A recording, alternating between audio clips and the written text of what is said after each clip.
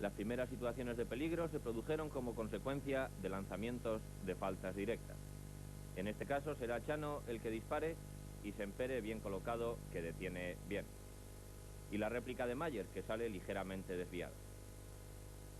Como consecuencia de un saque de esquina, tras una serie de rechaces dentro del área, el Valencia encaja el primer gol de la noche.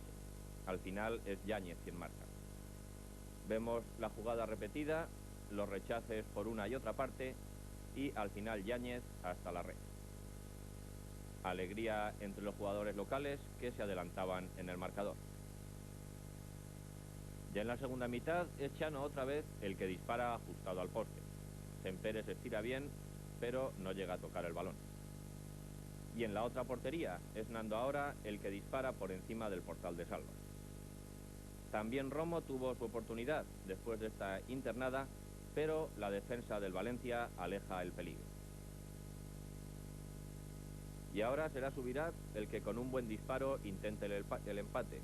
Salva bien situado, ataja el balón. El Betis, saliendo al contraataque, conseguirá el segundo gol de la noche. Gabino pasa a Melenas, que supera la estirada de Sempere. Veremos la repetición. Gabino, que se va muy bien, pasa a Melenas y este a media altura consigue el 2-0 definitivo. Visites